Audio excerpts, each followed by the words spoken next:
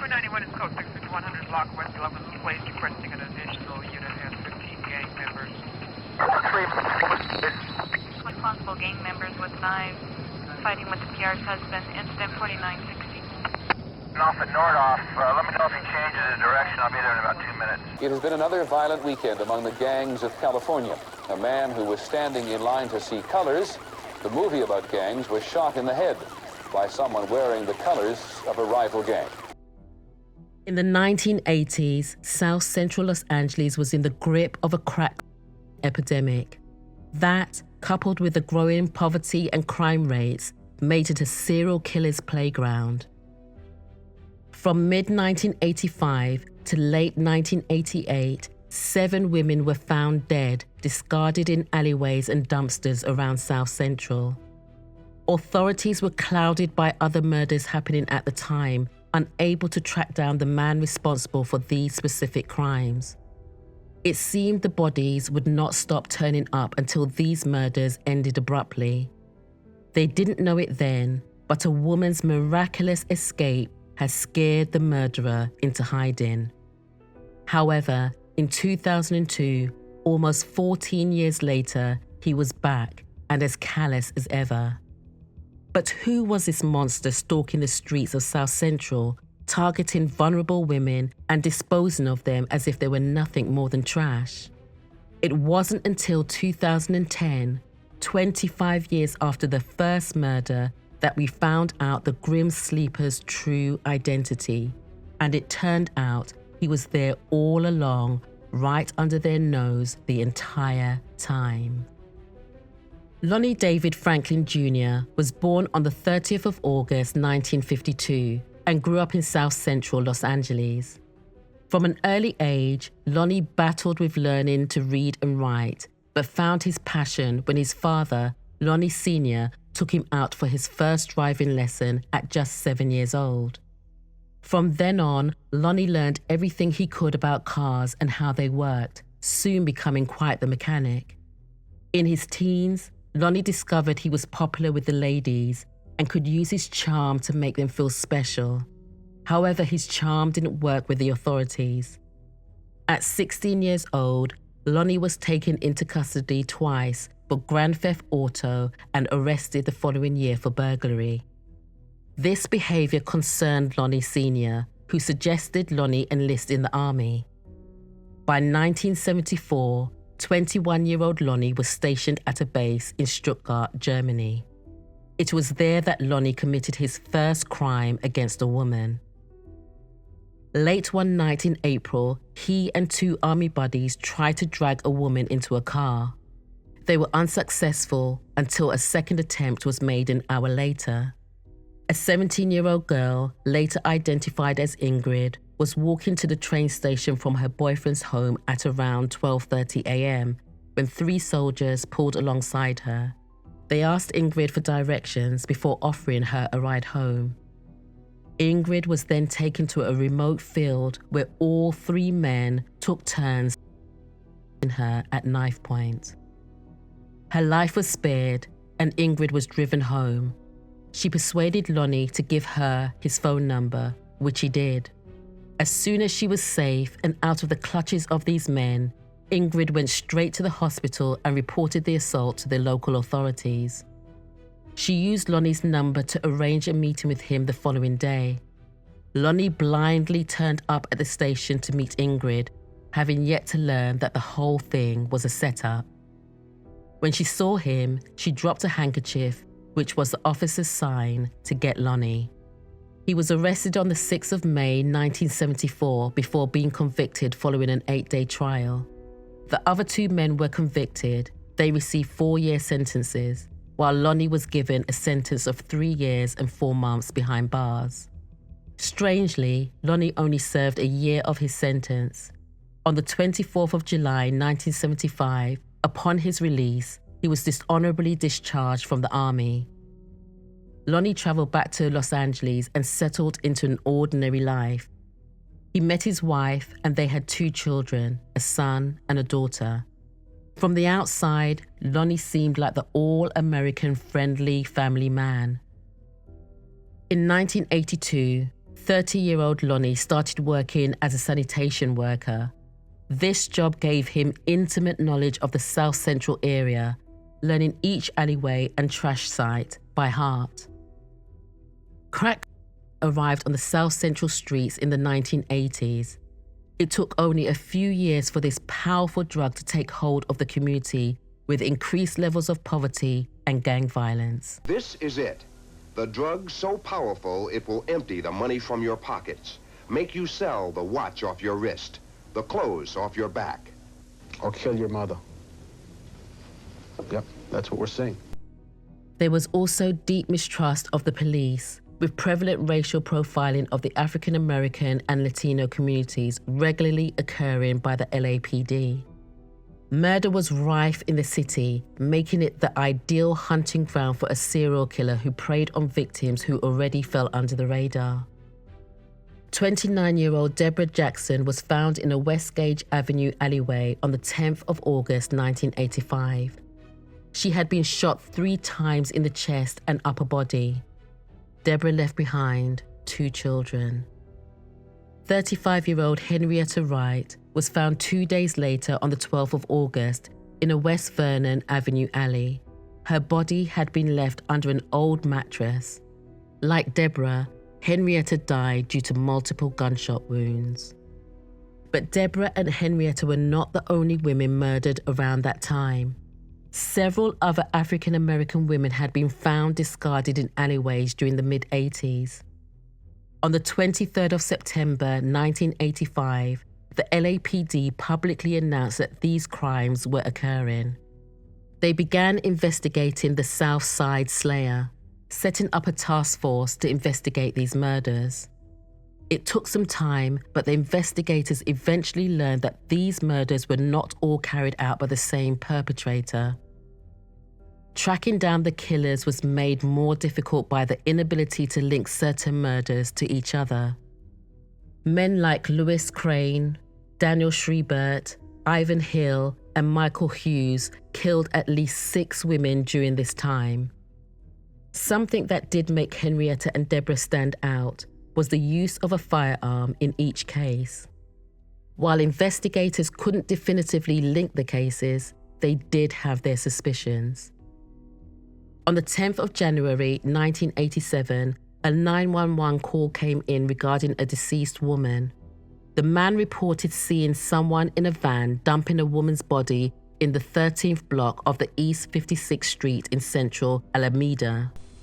Central.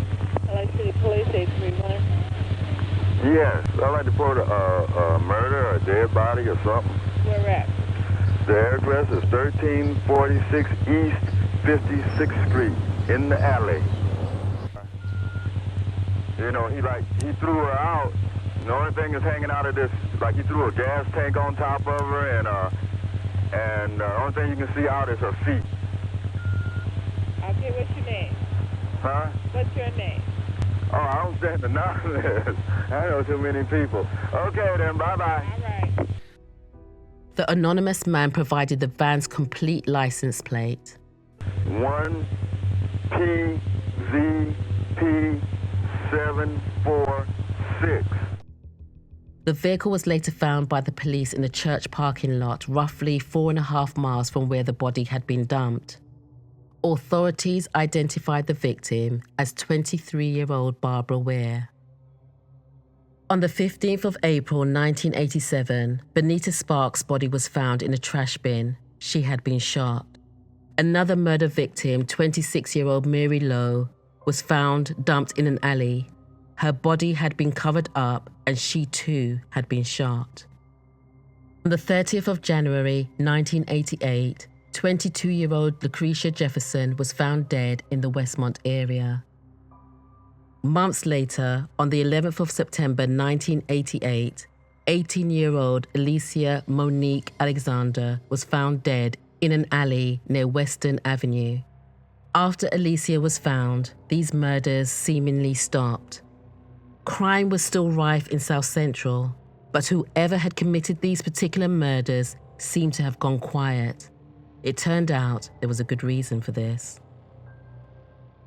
On the 19th of November 1988, Anitria Washington, a mother of two and lifelong resident, was walking down the street to her friend Linda's house as they were going to a party together later that evening, when a man pulled up beside her in an orange Ford Pinto. The car was distinctive for its orange colour and the white racing stripes along the hood. The man inside was clean and tidy, wearing a black polo shirt and khaki trousers. He gave an excellent first impression, but Anitria still refused when he offered her a ride. Anitria felt slightly bad for the man, and after a short back and forth, she was convinced to get in the car. The inside of the Pinto was immaculate, with white upholstery and a custom gear stick. Anitria began chatting with the man and mentioned the party she was going to later that day. He told her he would join too. She said it wouldn't be a problem. He told Anitria that he needed to stop quickly at his uncle's house. The car parked outside a mustard-coloured house. The man exited and walked inside. He stayed there for about 10 minutes before coming back into the car. It was soon apparent that his demeanour had completely changed. He began arguing with Anitria, accusing her of disrespecting him. Then, without warning, he pulled out a handgun and shot Anitria in the chest at point-blank range. She didn't realise she had been shot, as she didn't see the gun or any blood, but she knew something was wrong. She desperately tried to reach for the door handle, but was told she would be shot again. Anitria begged the man to let her out of the car or to take her to hospital, but he continued to drive. She then lost consciousness. Anitria woke up hours later. It was now nighttime. She was still in the car. Against all odds, she was able to open the car door while the vehicle was still moving. Her attacker pushed her onto the street and sped away, likely thinking Anitria would not live to see the sunrise. Once she hit the ground, Anitria pulled herself to the curb and mustered up all the strength she could to stand up. Luckily, she recognized the street she was on and knew her friend Linda lived nearby. Anitria pounded the door. No one answered. Her friend Linda had already left for the party. Exhausted and suffering from significant blood loss, Anitria collapsed on the porch, hoping her friend would return in time. Upon returning home, Linda discovered Anitria and called an ambulance. Anitria was rushed to the Harbor UCLA Medical Center in the nick of time. The bullet in her chest had collapsed one of her lungs, a potentially fatal injury. Anitria spent 3 weeks recovering in hospital. Her saving grace was that her sternum deflected the bullet. While she recovered, Anitria learned the crushing news that she had not only been shot, but also. Detectives from the LAPD visited Anitria a few days after the attack. She gave them a statement of what she remembered and a pretty good description of her attacker, and believed he also had a Polaroid camera as she remembered seeing a flash of light. But there was a problem. Anitria felt the detectives were insinuating she was a sex worker, trying to justify why she got into the man's car. This infuriated her. Once removed, the bullet lodged in Anitria's chest was used as evidence which confirmed that a serial killer was on the loose. Police could link the bullet to a .25 caliber gun used in multiple homicides. Although the authorities now had proof and knowledge that a serial killer was operating in South Central, targeting vulnerable African American women, they kept this information to themselves.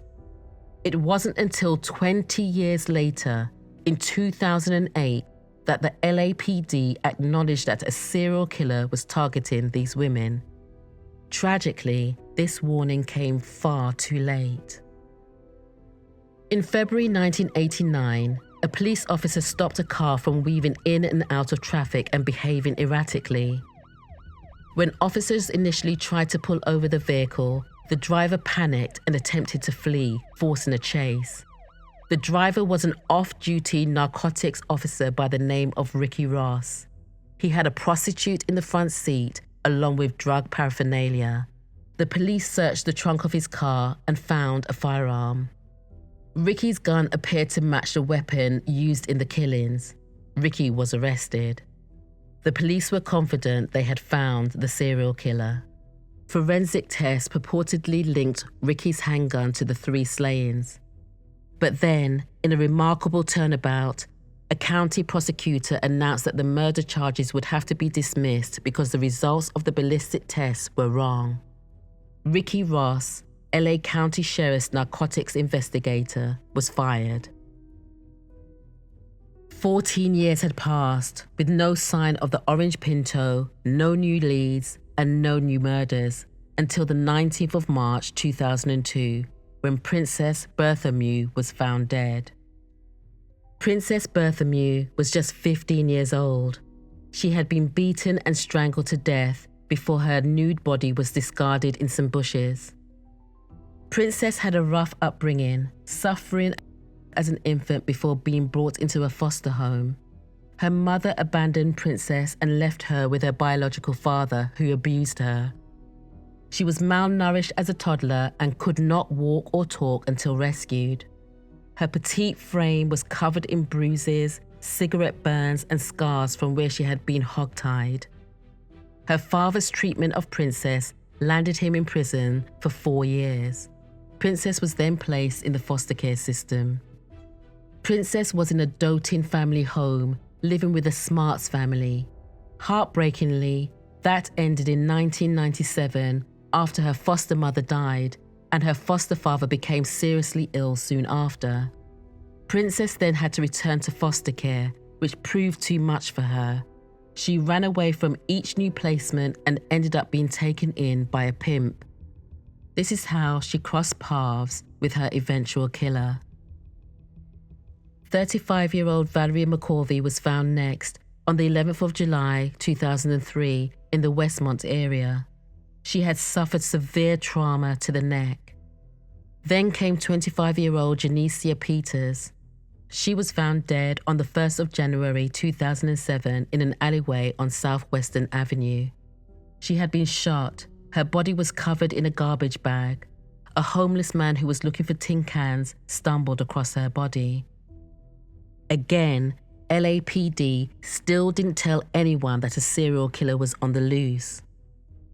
Authorities then tested DNA found in the 80s crime scene and compared it to Princess, Valerie, and Janicia. To their surprise, the same man was responsible. This revelation would earn the killer the nickname, the Grim Sleeper. Once the DNA results were in, then Police Chief William Bratton created a task force to investigate the serial killer. Still, no mention was made of a serial killer who could have murdered another innocent woman at any time. In August 2008, Weekly broke Anitria Washington's story, including details about the Grim Sleeper's 13 potential victims. Chief Bratton was contacted for comment, but an aide explained that he said he was too busy to comment. 1 month later, Los Angeles officials announced a $500,000 reward for information that led to the capture of this killer. In this statement, the officials acknowledged that he had been responsible for murdering at least 10 women over the last 2 decades. On February 25, 2009, the LAPD did what they should have done long ago. Chief Bratton held an official conference where he formally gave the murderer in question the nickname the Grim Sleeper. Bratton also released a 911 call made in the 80s to report Barbara Ware's body being dumped. Things went quiet for a good few months. No significant developments came from the reward offer or the 911 call released. On July 7, 2010, the news broke that 57-year-old Lonnie Franklin Jr. was arrested as a suspected Grim Sleeper. Authorities were unable to find an exact match in California DNA database to that found at the crime scene, which prompted a look into potential familial matches.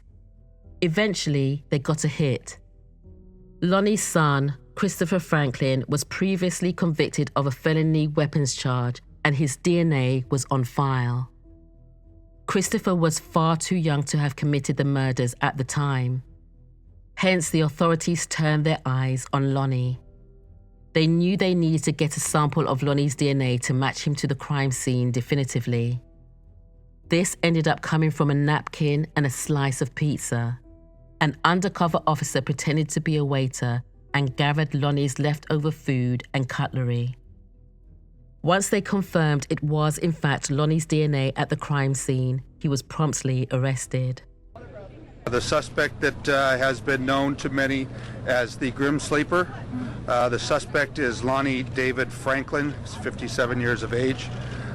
He has been arrested. The district attorney's office is filing multiple counts. I believe at this time it's 10 counts of murder, one count of attempt murder.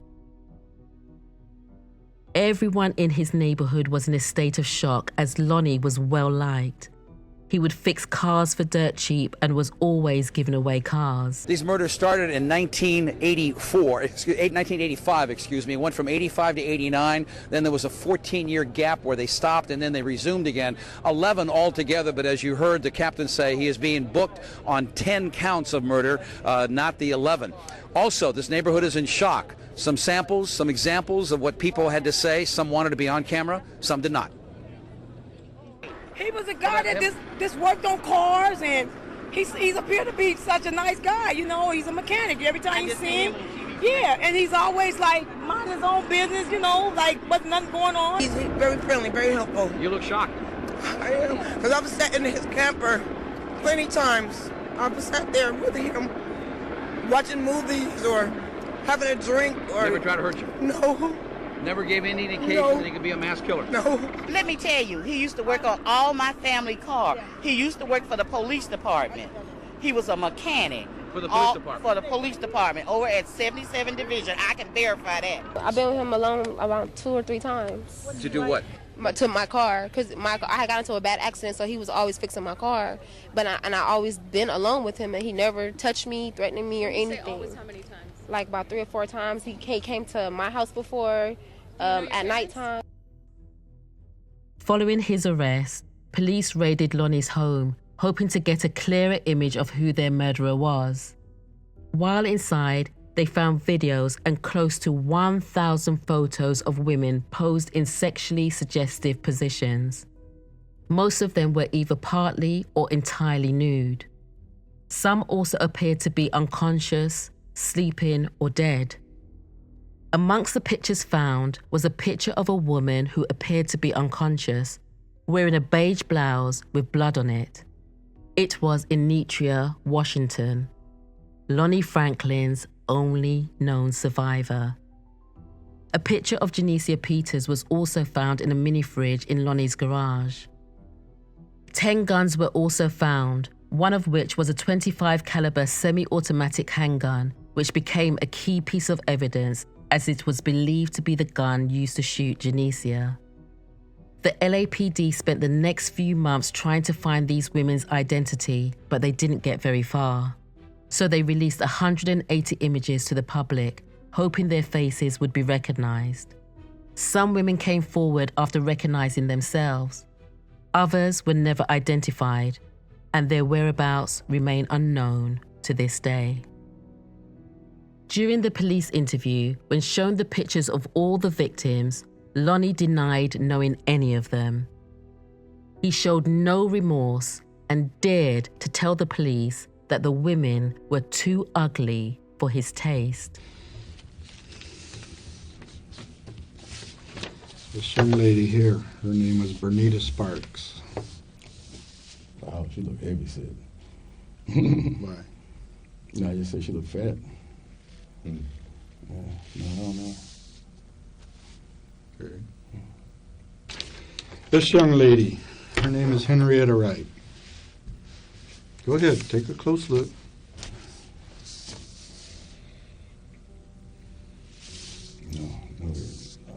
No recollection at all. No recollection, or you just don't know? I don't know her. But ugly, I don't know her. So, what? But ugly, I don't know her. Sorry, I don't know her. So if I told you you were connected to the deaths of all of these ladies, who do you think Detective Kilcoyne and I would be sitting here looking at? Huh? Mm-hmm. You don't know who we'd be looking at? Oh, okay. You looking at me? You looking at me? I mean, do you agree? Yeah, I agree with you. I agree with you on that. Yes. I mean, all of these people that you say you don't know, through scientific evidence, are all pointing the finger at Lonnie David Franklin Jr. Sit there and look at their faces, all staring at you, pointing that finger at you. Don't insult my intelligence. Please don't insult. I'm gray-haired. I'm going bald. I'm getting close to the end here. I've done this a lot, okay? Just like you. You've been around. I respect your experience. You're probably the best mechanic there is out there. You're good at what you do. And we've been doing this for a long time, too. If we weren't absolutely convinced that you did this to these young ladies. Give me an explanation. I have no explanation to give you for something I didn't do. So you're just saying you just got a run of bad luck? No, I'm not saying I had a run of bad nothing. I don't know these people. That you're connected to them? I don't know what else to say. It's all going through his head right now, man. He's just looking at his future, thinking of his past and what has he done. Okay, Lonnie, this is what's going to happen. You're going to be arrested for murder. You have 10 counts of murder filed against you, along with an attempt murder on a young lady that was survived. You're going to be taken down to the court. You'll be arraigned tomorrow. And then just stand by. Lonnie didn't need to confess to the crimes. His DNA did that for him. After almost 3 months of trial, he was convicted of 10 counts of murder and 1 count of attempted murder.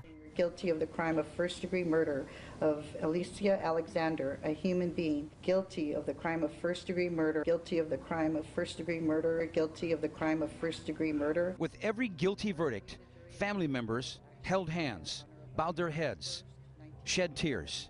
Guilty, 10 murders. Guilty, attempted murder, and a gun enhancement on every single count. The niece of Irene Efron, Henrietta Wright, was one of those victims. She left 5 children. It's closure. It's been 30 years, and we needed this. On the 12th floor of the criminal court building, it was a very quick verdict when all things are considered. This was a trial that lasted over 2.5 months, and the jury deliberated just over a day, and they found Lonnie Franklin Jr. guilty on everything, and family members some who had waited more than 30 years for this day spoke out. He took